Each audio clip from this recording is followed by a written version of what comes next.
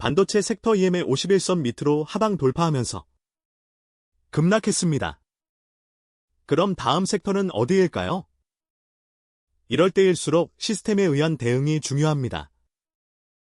오늘 시장은 전반적으로 약세를 보였습니다. 미국 증시는 나스닥이 1% 이상 하락하며 기술주 중심의 조정을 이어갔고 S&P 500 역시 소폭 하락하며 단기 피로 구간에 진입했습니다. 안전자산인 금은 1% 이상 하락했고 비트코인도 0.7% 하락하며 위험자산 전반이 조정 흐름을 보였습니다. 국내 시장은 글로벌 약세의 영향을 크게 받았습니다. 코스피는 4% 이상 급락하며 단기 낙폭을 확대했고 환율은 소폭 하락하며 외국인 자금의 방향성이 혼조를 보였습니다. 글로벌 시장의 불안이 국내 투자 심리에 직접적인 영향을 주며 단기 매도세가 강화된 모습입니다. 심리 지표는 불안 심리가 다시 고개를 들고 있습니다. 공포지수 VIX는 16.1로 상승하며 시장 불안이 확대되는 흐름을 보였고 나스닥과 코스피의 낙폭은 각각 마이너스 4.7%, 마이너스 15.6% 수준으로 기술적 조정 범위 안에 머물러 있습니다. 비트코인은 마이너스 42%대 낙폭을 유지하며 변동성 자산의 부담을 그대로 보여주고 있습니다. 결국 오늘 시장은 단기 피로가 누적된 조정 국면입니다. 기술주 중심의 하락이 이어지고 있지만 장기 추세는 여전히 상승 구조를 유지하고 있습니다. 단기적으로는 변동성 확대가 불가피하지만 중기적으로는 금리 안정과 실적 회복이 다음 반등의 핵심 변수가 될 것입니다. 이제 오늘의 주요 뉴스로 넘어가 보겠습니다. 오늘 글로벌 시장은 성장과 불안이 공존하는 하루였습니다. 유가가 상승하며 인플레이션 우려가 다시 고개를 들었고 AI 관련 종목은 약세를 보이며 기술주 중심의 조정이 이어졌습니다. 한편 미국 내 소비 둔화와 양극화가 심화되며 두 개의 경제라는 표현이 다시 등장했습니다. 이러한 흐름 속에서 시장은 방향을 잃은 듯 보이지만 자금은 여전히 성장 섹터를 향하고 있습니다.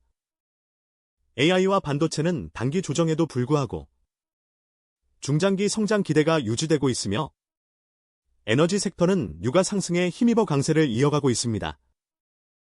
즉, 시장은 불안 속에서도 선택적 상승을 보여주고 있습니다. 하지만 균형은 점점 무너지고 있습니다. 소비 둔화와 고용 불안이 현실화되며 미국 내 경제 양극화가 심화되고 있고 AI 버블에 대한 경고가 다시 등장하면서 투자자들은 리스크 관리에 집중하는 모습입니다. 이는 단기 상승세 속에서도 시장이 긴장감을 유지하는 이유입니다. 결국 오늘의 뉴스는 성장은 이어지지만 균형은 무너진 시장입니다. 유가 상승은 인플레이션 리스크를 자극하고 AI 약세는 기술주 중심의 피로를 보여주며 소비 둔화는 경기의 속도를 늦추고 있습니다. 시장은 여전히 상승 중이지만 그 속도와 방향은 점점 불균형해지고 있습니다. 이제 미증시 섹터별 주도주 확인해 보시죠. 오늘 미국 시장은 기술주 중심의 조정세를 보였습니다.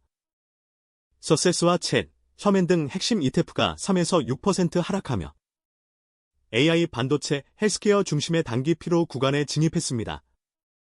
반면 바이오와 소비재 섹터는 상승세를 이어가며 시장 내 자금이 방어적 섹터로 이동하는 흐름을 보여줬습니다.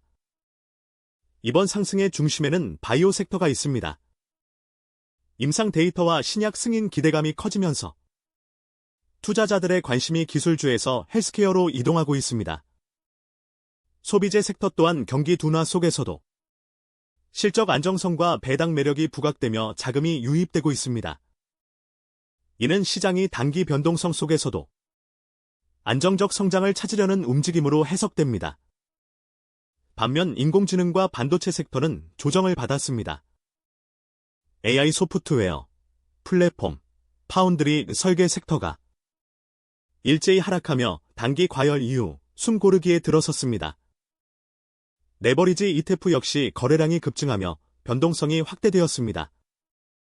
이는 시장이 성장주 중심의 랠리에서 일부 자금을 방어적 섹터로 이동시키는 과정으로 볼 수 있습니다. 결국 오늘 시장은 상승과 조정이 공존하는 구조입니다.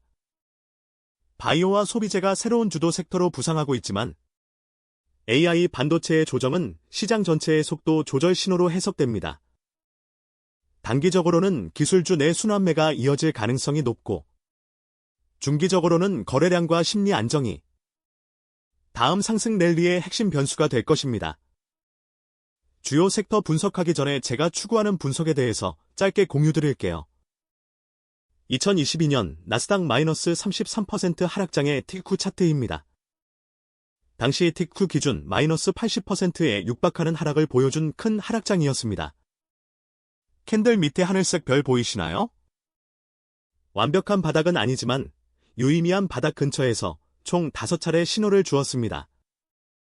그럼 우리는 이와 같은 경우 어떻게 대응해야 할까요? 분할 매수로 대응을 하되 비중 조절하셔서 하면 큰 수익을 볼 수 있겠죠? 이제 주요 레버리지 이득표인 TQQ와 소스를 분석해 볼게요. 우선 TQQ부터 빠르게 보겠습니다. 오늘 TQQ는 단기 조정세를 이어가며 방향을 탐색하고 있습니다. 이내 51선은 상승세를 유지하고 있지만 최근 캔들 흐름은 이마 51선을 하방 이탈하며 하락 추세를 이어가고 있습니다. 다만 이메 200일선은 완만한 상승 흐름을 이어가며 장기 상승 구조는 아직까지는 견고합니다. 거래량을 보면 매수세가 점차 줄어드는 모습입니다. 이전 반등 구간에서 거래량이 급증했지만 최근에는 거래량이 감소하며 시장 참여자들이 관망세로 돌아선 흐름을 보입니다. 차트에 표시된 분할 매수 타점은 과거 반등의 출발점과 유사한 위치에 있습니다. 지금은 하락 박수권을 돌파하는 모습을 지켜봐야 할 것 같습니다.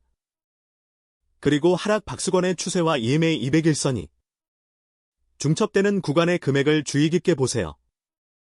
반도체 레버리지 속셀 도 빠르게 보겠습니다. 오늘 속셀은 TQQ와 다른 모습을 보이고 있습니다. 어제 말씀드린 대로 2만 51선 하방 돌파하며 오늘 급락을 보여주었습니다. 당분간 추세 바뀌기 전까지는 반도체 섹터의 흐름은 좋지 않을 것 같네요. 이럴 때일수록 바닥 예측해서 들어가지 마시고 분할 매수 신호를 줄 때 비중 조절하셔서 들어가시면 됩니다. 마지막으로 소소하게 시작한 장기 투자 종목입니다. 벌써 시작한 지 15일째가 되어가네요. 오르거나 내리거나 매일매일 분할로 매수하니 심적으로는 편한 부분이 있네요. 이 투자 방법이 얼마나 수익률이 나올지 저도 잘 모르겠습니다. 저와 함께 소소한 장기 투자도 같이 해보시죠. 앞으로 5년 뒤 또는 10년 뒤 우리의 목표는 심플합니다. 경제적 자유. 지금까지 시청해주셔서 감사합니다.